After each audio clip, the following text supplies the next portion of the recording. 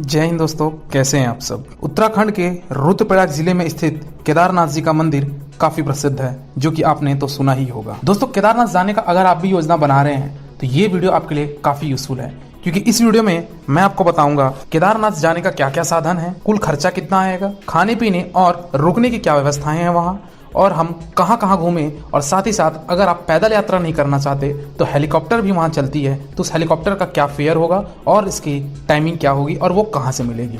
तो आज की वीडियो में बने रहिएगा। मैं पूरी तरीके से आपको मैं बताऊंगा कि केदारनाथ जाने के लिए आपको एक परफेक्ट प्लानिंग कैसे करनी है। तो आज की वीडियो में मैं आपको केदारनाथ जी की यात्रा का पूरा विस्तार पूर्वक वर्णन करूंगा।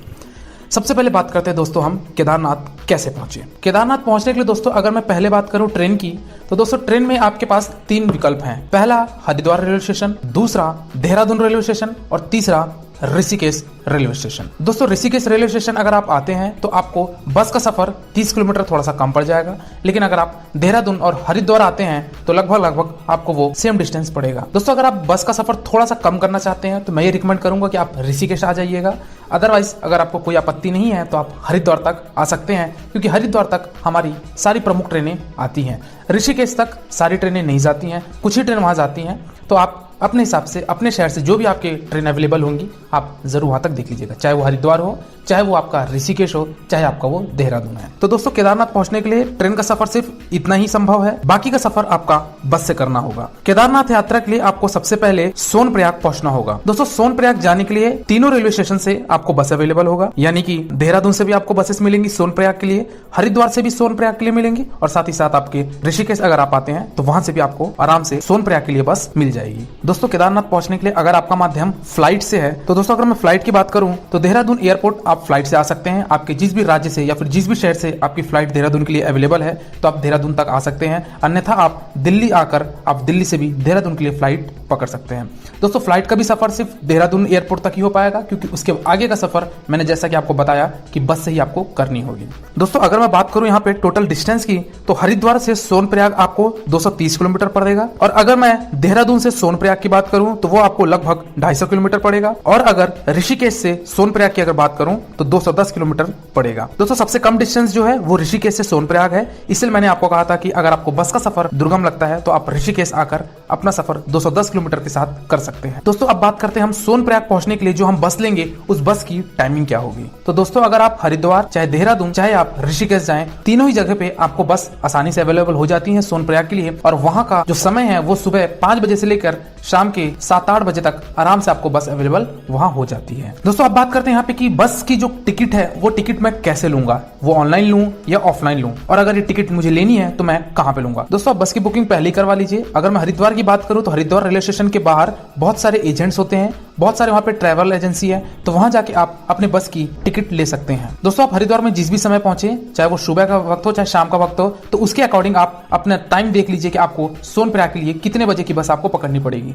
तो हरिद्वार रेलवे स्टेशन के बाहर बहुत सारे काउंटर बने हुए हैं, तो वहां से भी आप टिकट ले सकते हैं ऑफलाइन, अन्यथा आप हरिद्वार से कुछ ही दूरी पर वहां पे बस स्टैंड है, तो आप बस स्टैंड में भी जाके काउंटर से आप बस की टिकट ले सकते हैं। इसी तरीके से दोस्तों आपको ऋषिकेश और देहरादून में भी आराम से ऑफलाइन टिकट वहां पे मिल जाएगा। आप रेलवे स्टेशन के बाहर आइए, बहुत सारे वहां पे ट्रैवल एजेंसीज हैं, आप वहां से जाके अपनी बस की टिकट ले सकते हैं। दोस्तों यहाँ पे एक समस्या हो सकती है, कुछ लोगों को बस में पीछे की सीट या फिर अगर थोड़ा बीच की सीट मिल जाती है तो फिर वोमिटिंग जैसे समस्या या फिर सर दर्द जैसे समस्या हो जाती है। तो दोस्तों अगर आपको कंफर्टेबल लगता है सामने की सीट के लिए तो वो आपको ऑफलाइन टिकट में मिल पाना थोड़ा सा मुश्किल हो सकता है। तो दूसरा विकल्प आपके पास है कि आप ऑनलाइन टिकट आप पहले से बुक कर लीजिए। तो ऑनलाइन विजिट करके भी आप आराम से अपनी टिकट बुक कर सकते हैं, जो भी आपको सीट चाहिए सामने की सीट आप ले सकते हैं, जिससे आपका यात्रा थोड़ा सा सुखद हो सकता है। हाँ ये बात जरूर है कि इसमें थोड़ा सा आपको कॉस्ट ज्यादा पड़ेगा, लेकिन आपको अपनी मनपसंद सीट जरूर मिल जाएगी, और अगर आप ऑनलाइन बुकिंग करते हैं तो। दोस्तों अगर अब मैं बात करूं सोनप्रयाग तक का किराया हमको कितना लगेगा बस का, तो दोस्तों अगर आप स्टेशन के बाहर अगर आप ऑफलाइन टिकट लेते हैं तो ये आपका प्रति पर्सन 350 रुपए के आसपास पड़ेगा। अगर यही टिकट अगर आप ऑनलाइन बुकिंग करते हैं तो ये आपको 500 की टिकट ये पड़ जाती है। दोस्तों ये जो भी फेयर बता रहा हूँ ये मैं सीटिंग बस की बता रहा हूँ, सोनप्रयाग तक के लिए कुछ बसेस हमारी पुशबैक सीट भी चलती हैं, जिसको हम सेमी स्लीपर भी कह सकते हैं। तो दोस्तों अगर पुशबैक सीट की अगर मैं बात करूं तो उसका किराया लगभग 500 रुपए एक टिकट का होता है अगर आप ऑफलाइन कराते हैं। तो अगर आप यही टिकट अगर आप ऑनलाइन कराते हैं तो ये टिकट आपका लगभग 700 से 750 तक का ये किराया बढ़ जाता है अगर आप पुशबैक सीट में आना चाहते हैं। तो दोस्तों हरिद्वार से चाहे ऋषिकेश से चाहे देहरादून से किसी भी तरीके की कोई स्लीपर बस नहीं चलती है, क्योंकि हमारा केदारनाथ पहुंचने का जो मार्ग है वो पूरा घाट सेक्शन से बना हुआ है। तो घाट सेक्शन में स्लीपर बस नहीं चलती है क्योंकि वहां पे उसका संतुलन बिगड़ सकता है। तो जो भी वहां पे बसेस चलती हैं तो या तो वो पुशबैक बसेस चलती हैं या फिर वो केवल सिटिंग बसेस चलती हैं। दोस्तों केदारनाथ का जो ट्रस्ट है उसकी भी एक वेबसाइट है जिसको कहा जाता है गढ़वाल मंडल विकास निगम, जिसको हम शॉर्ट में GMVN भी कहते हैं। दोस्तों आप GMVN की वेबसाइट पे भी जाकर आप अपनी बस की ऑनलाइन बुकिंग करा सकते हैं या फिर जो भी यहाँ पे थर्ड पार्टी एप्स होते हैं उस ऐप के द्वारा भी आप अपने टिकट बुक करा सकते हैं। दोस्तों अब हम लोग सोनप्रयाग के लिए रवानगी लेते हैं। ये सफर आपको लगभग 8 से 9 घंटा लग जाएगा अगर आप हरिद्वार और देहरादून से आते हैं। तो दोस्तों अगर आप अपनी खुद की गाड़ी से आ रहे हैं, अगर आप पर्सनल कार है आपके पास, अगर आप कार से आना चाहते हैं तो दोस्तों आप सोनप्रयाग तक अपने कार के माध्यम से आ सकते हैं। लेकिन ये बताना चाहूंगा कि सोनप्रयाग के बाद किसी भी तरीके कोई प्राइवेट कार या फिर कोई बस सोनप्रयाग के आगे नहीं जाती है। दोस्तों सोनप्रयाग तक ही आपका सफर रहेगा। आप अपनी कार को सोनप्रयाग में पार्किंग कर दीजिए। दोस्तों अगर पार्किंग की बात करूं, पार्किंग बहुत बड़ा है और सोनप्रयाग में आपका पार्किंग का जो किराया है वो 24 घंटे का 50 रुपए आपका कार का किराया लग जाता है। तो आप पार्किंग चार्ज देकर सोनप्रयाग से अपनी यात्रा आगे प्रस्थान कर सकते हैं।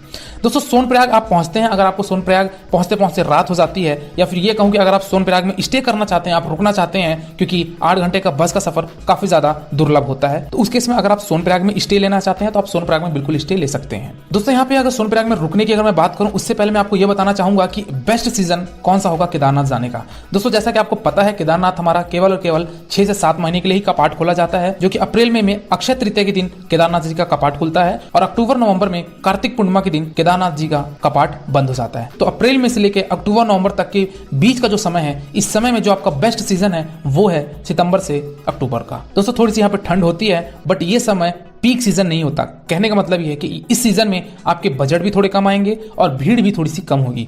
दोस्तों मई और जून की अगर मैं बात करूं काफी ज्यादा वहां पे भीड़ होती है क्योंकि ये गर्मी छुट्टी का सीजन होता है, तो काफी लोग वहां जाते हैं। और दोस्तों अगर आप जुलाई अगस्त में जाते हैं तो केदारनाथ में कभी भी वर्षा हो जाती है जिससे आपकी यात्रा में उतना आनंद नहीं आ पाएगा। इसलिए आप जुलाई अगस्त का सीजन मत करिए। करना है तो आप आराम से अपना अक्टूबर नवंबर कर सकते हैं, क्योंकि वो सीजन में आपका बजट भी कम हो जाते हैं, क्योंकि होटल के चार्ज, खाने पीने के चार्ज डबल से ट्रिपल रेट वहां के लोग चार्ज करते हैं अगर आप मई सीजन में जाते हैं। इसलिए बेस्ट सीजन है आपका अक्टूबर और आप नवंबर में जाइए, आराम से आप दर्शन कर लेंगे और साथ ही साथ आपको कम बजट में केदारनाथ का दर्शन हो जाएगा। दोस्तों अब मैं बात करता हूँ सोनप्रयाग में अगर आप रुकना चाहते हैं तो वहां के होटल का किराया आपको 800 से 1000 तक मिलेगा। आप थोड़ी बहुत बार्गेनिंग करा सकते हैं अगर आप ऑफ सीजन में जा रहे हैं। अगर आप वही मई जून में जाएंगे तो इसका किराया लगभग 3000 से 4000 रुपए होटल वालों का किराया हो जाता है 24 घंटे का। दोस्तों अगर आपको ये 1000 रुपए भी काफी ज्यादा लग रहा है, अगर आप रूम नहीं लेना चाहते हैं तो दूसरा ऑप्शन आपके पास है डॉर्मेंट्री। दोस्तों सोनप्रयाग में बहुत सारे डॉर्मेंट्री हैं, आपको वो 350 रुपए प्रति व्यक्ति प्रतिदिन के हिसाब से वो आपको चार्ज करेंगे। दोस्तों अगर ये बजट भी आपको अगर ज्यादा लग रहा है तो मैं तीसरा विकल्प आपको बताता हूँ। सोनप्रयाग में आपको हॉल भी मिल जाएंगे। दोस्तों एक बहुत बड़ा हॉल रहा है जिसमें आपको गद्दे, तकिए और आपको रजाई दे दी जाएगी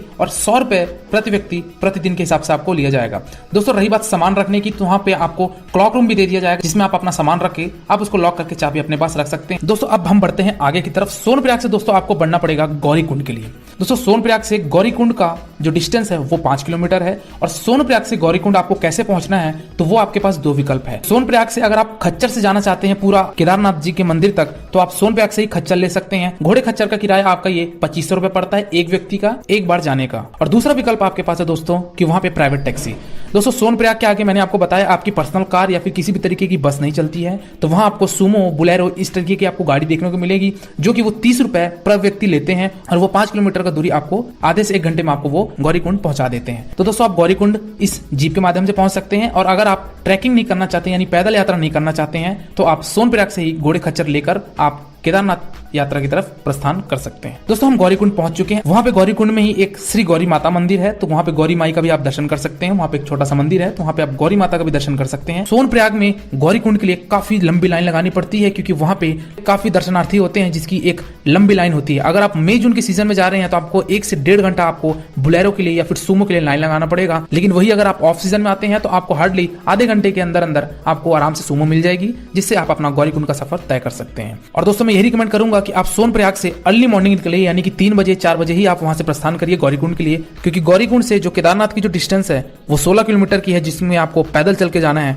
तो वो अगर आप गौरीकुंड सुबह पहुंचेंगे तब आप शाम तक आराम से केदारनाथ पहुंच सकते हैं। इसलिए मैं यही रिकमेंड करूंगा कि आप सोनप्रयाग से गौरीकुंड के लिए सुबह ही निकलिए। दोस्तों गौरीकुंड पहुंच के अगर आप चाय नाश्ता करना चाहते हैं तो चाय नाश्ता भी कर सकते हैं। लंच की भी वहां पे व्यवस्था होती है। तो अगर दोपहर में पहुंचते हैं तो दोपहर में आपको खाने पीने की वहां पे व्यवस्था मिल जाएगी और साथ ही साथ आपको वहां पे लंच भी मिल जाएगा। दोस्तों गौरीकुंड अगर आप प्राइवेट टैक्सी से आते हैं, यानी कि बुलेरो सुमो से आते हैं, तो वहां से भी आपको गौरीकुंड से भी खच्चर मिलते हैं, लेकिन यहाँ पे किराया आपका 2300 रुपए पड़ता है।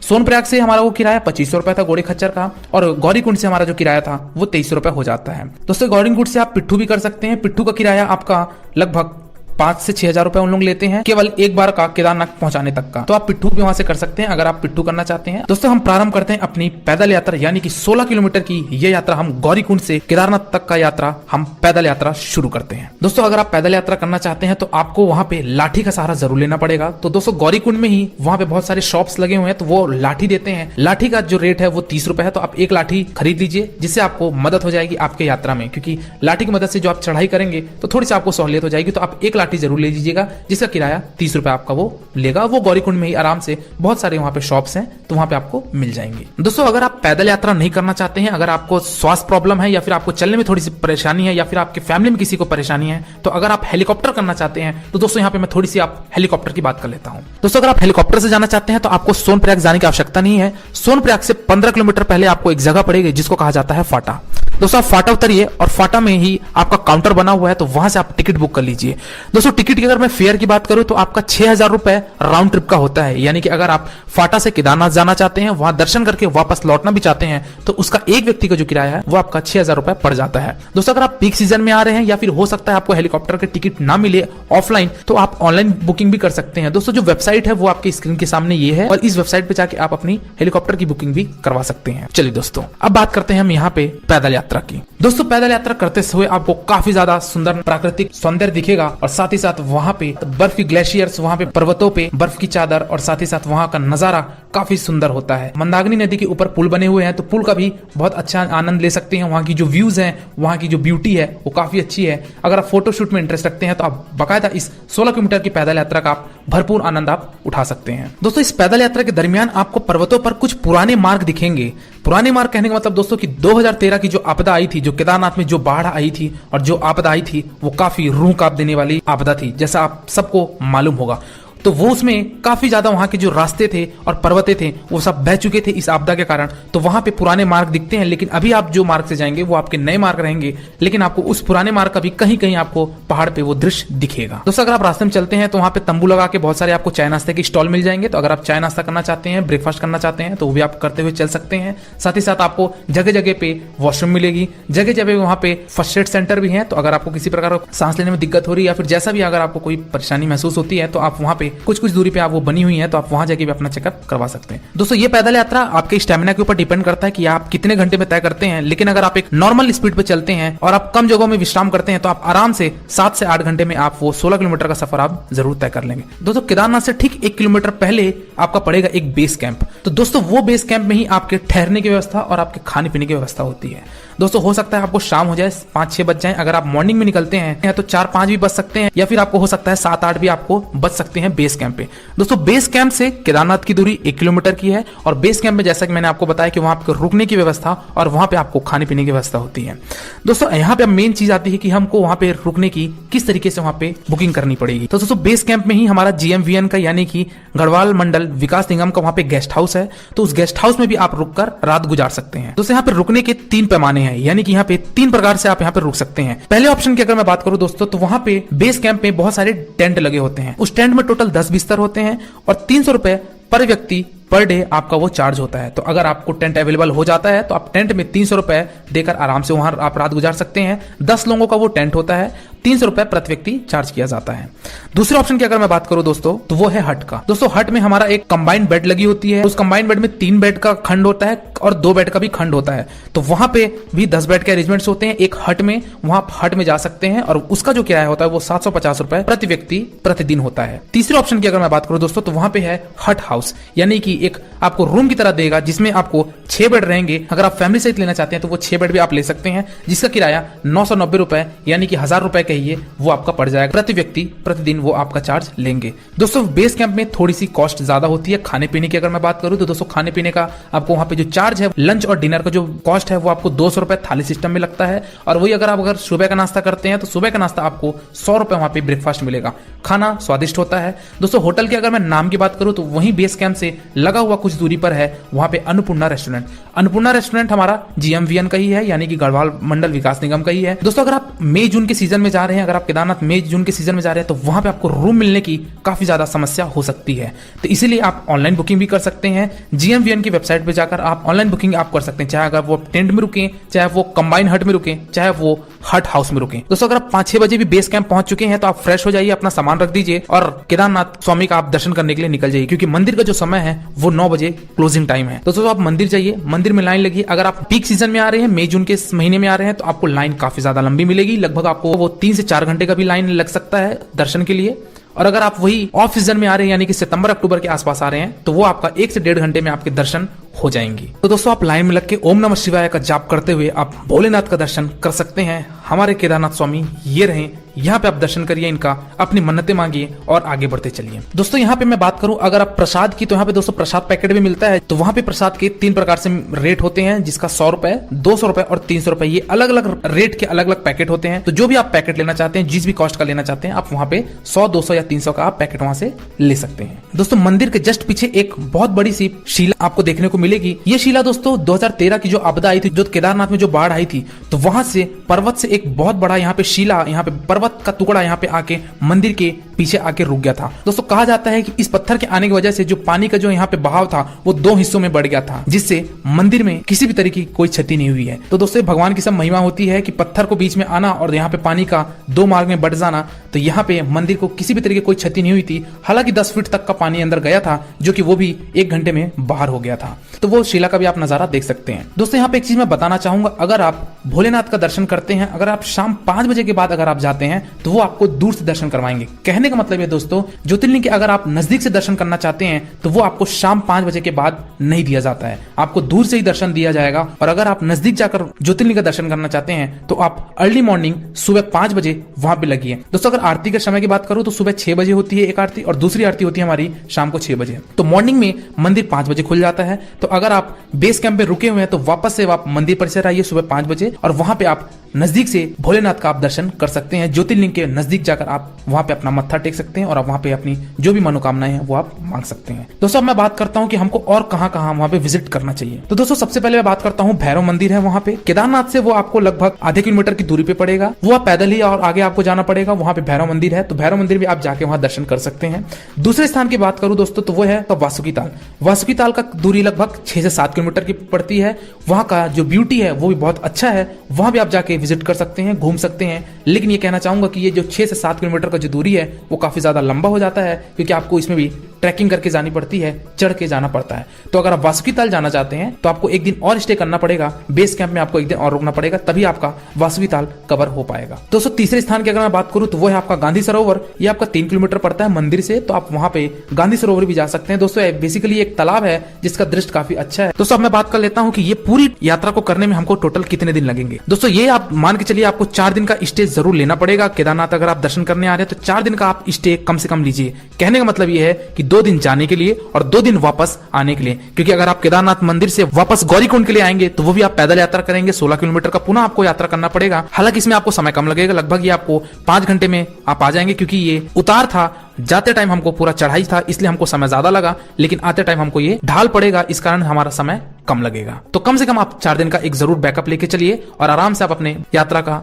आनंद उठा सकते हैं। अब जहां से भी आ रहे हैं दोस्तों, वहां पे आपको जो ट्रेन की जो वहां पे ड्यूरेशन लगेगी उस ड्यूरेशन को वो ऐड नहीं कर रहा हूं। यहाँ पे मैं केवल हरिद्वार से लेकर केदारनाथ यात्रा और वहां से वापस आने के हरिद्वार तक की यहाँ पे जो दिन बता रहा हूं वो आपके टोटल 4 दिन आपके यहाँ लगभग आपके लग जाएंगे। तो इस हिसाब से आप प्लानिंग करिएगा, 2 दिन जाने के और 2 दिन वापस आने के। दोस्तों लास्ट में बात कर लेता हूँ यहाँ पे कुल खर्चे की कितने आएगी। दोस्तों यहाँ पे खर्चे को मैंने 3 भाग में कैटेगराइज किया है। अगर आप पैदल यात्रा करते हैं, यानी कि गौरीकुंड से अगर आप पैदल यात्रा केदारनाथ तक करते हैं और वापस केदारनाथ से आप गौरीकुंड आते हैं, तो वो आपका एक व्यक्ति का किराया लगभग 3000 रुपए प्रति व्यक्ति लग जाएगा। दोस्तों ये जो आंकड़ा बता रहा हूँ ये मैं ऑफ सीजन के लिए बता रहा हूँ। अगर आप ऑन सीजन में आते हैं तो आपका दर ये 5000 भी हो सकता है, लेकिन अगर आप ऑफ सीजन में आते हैं और यदि आप पैदल यात्रा करते हैं तो आपका 3000 रुपए प्रति व्यक्ति आएगा।